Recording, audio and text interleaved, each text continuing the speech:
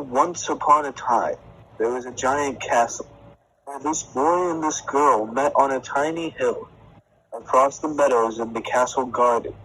There he saw the strange boy with a blue and a red eye, shining so startlingly. Lady, the girl had pink hair, red fiery eyes, blue dress and black shoes. The boy had black shorts and a tank top. They had to be the girl 5 years old and the boy 6. She was hanging out with a little boy. One time when they were hanging out, a huge storm came. A little boy tried to get a little girl under an umbrella or a tree to not get her soaked. And then they saw each other under the tree. Had all ideas. Under the tree they had. All ideas were going through their mind. And the one thing that went through his mind was, I should kiss her. He knew it was bad, and he shouldn't have, because when people don't know what they should do it anyway. Little boy Lyndon, how did her head? I wouldn't rotate. She, not knowing what was happening, she looked at him, he looked at her, and they kissed. He backed away to the tree in shocked face. As a little boy, what was that for? He said, because you were the... Oh, what was that for? He said, because you were the most beautiful girl I've ever seen. The little boy got up, going to the castle, going to a strange village beyond the gate. As the little girl walked back to the castle, she the maid and guard were looking for her because she is the Mrs. Princess Price. Was mostly in charge.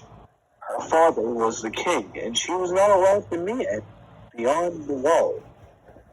She was supposed to be the prettiest princess in the world. Do this, do that, she said. Everything that the princess managed, you had.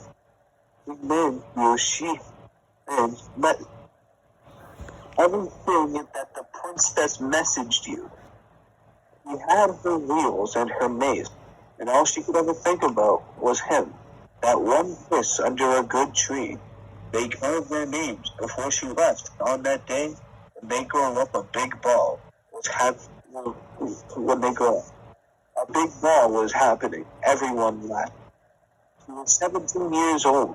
Happy 17th birthday, she said. Herself. She knew she could get by with anything she could ever.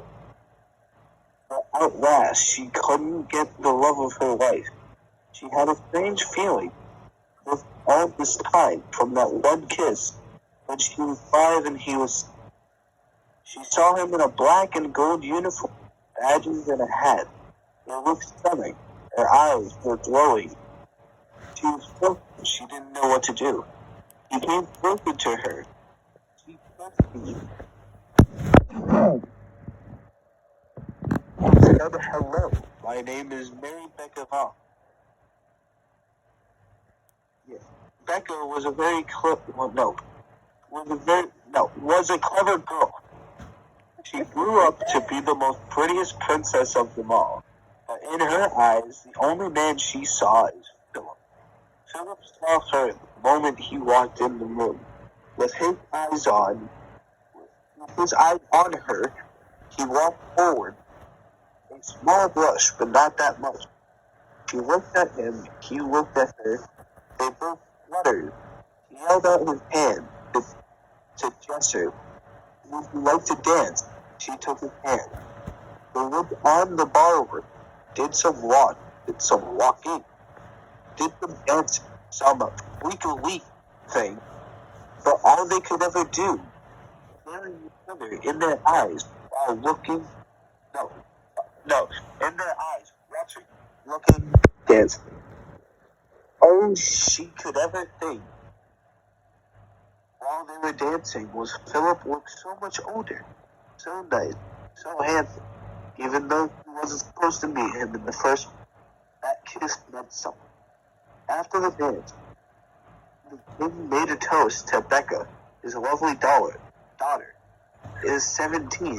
At 18, she becomes queen, if she made you so. But at At that moment, everyone was leaving. Philip is still there. She took his hand. She ran to her room. She wanted, she needed. She groaned that the only thing she really, really wanted at the time was him. He looked at him. He looked at her. Her eyes met a sparkle. Her eye, demon glare. It is. He said, "Okay, why did you bring me to your room?" She said, "Come in quietly and we won't get caught. Part 2 will be just right with you when I wake up tomorrow." And then our friends commented and said, "No, it's getting so good." And someone else, I need to go eat.